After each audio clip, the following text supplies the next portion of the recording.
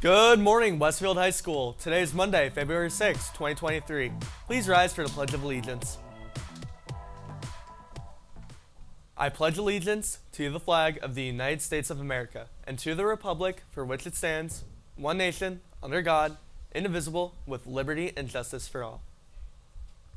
Good morning, WHS. I'm Eddie Davenport. And I'm Eric Buchlers. Girls Learn International will be having a meeting today after school in room 190. Attention all girls interested in coming out for spring track and field. There will be a sign-up meeting today at 7 p.m. in Cafeteria B.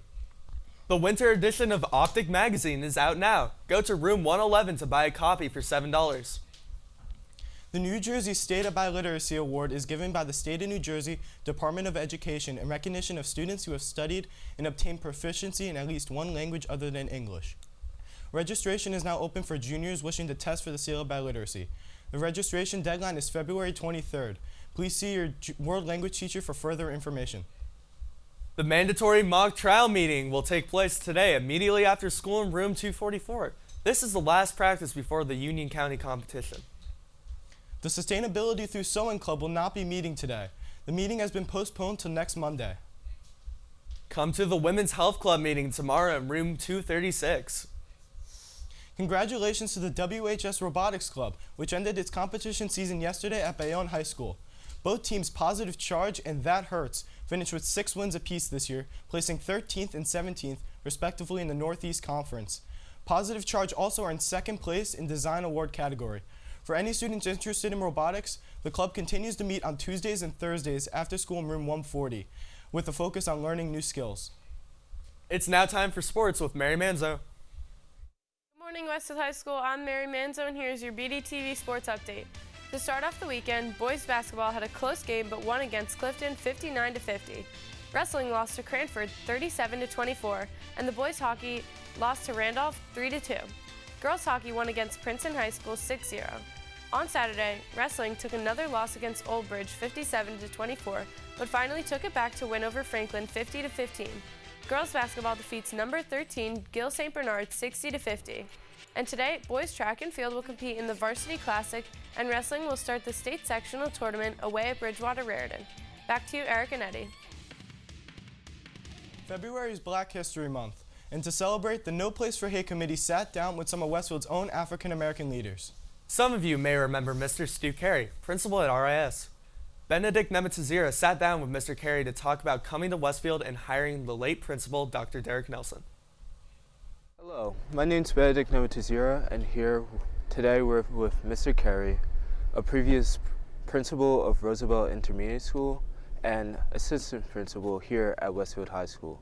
How have you tried to serve, educate, support, and inspire students here at Westfield High School? I came to this district in 1969. I came with the idea of trying to make a difference. My parents told me, when I left Charlottesville, Virginia, they gave me one message, and that was, wherever you go, make sure that you leave it in a better place.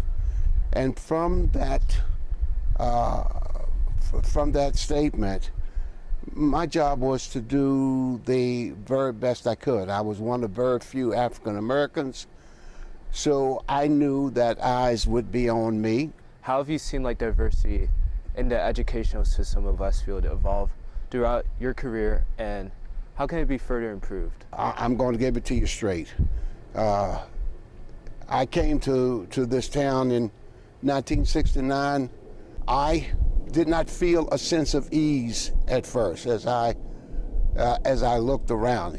When you one of very few, you always have some reluctance in where you are. There were more African American students there in the district at that time than there are now. But as I said, I saw an opportunity. I made great friends with the people that I was on staff with, and there came a sense of acceptance, and so that my voice could be heard. Currently, we're standing in the Dr. Nelson Memorial Courtyard. How did you come about hiring Dr. Nelson? We had an opening at Roosevelt. There was something about this man when he interviewed.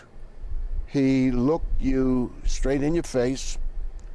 He answered the questions enthusiastically. And there was something that you saw in him as a potential leader. Being a drill sergeant in the Army helped. When the decision was made to hire him, I never thought that I would ask the question. I said to the committee, let me ask you all a question. You've got an African-American administrator on the north side of town. What will the parents have to say with two African-American administrators? And I will never forget Mrs. Schumacher, and she was on the committee, and her response was quick and effective. She said, if we can have a black president right now, we certainly can have two African-American administrators as long as they're certified and qualified. I miss him. Right. There's a picture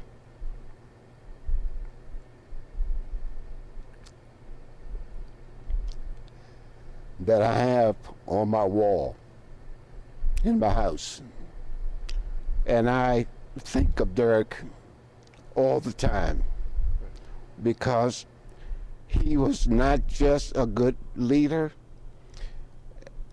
he was a fantastic human being to all of the kids and the people that he was around. Thank you, Ben. We continue next week with an interview with Miss Alston. Have a fantastic day, WHS.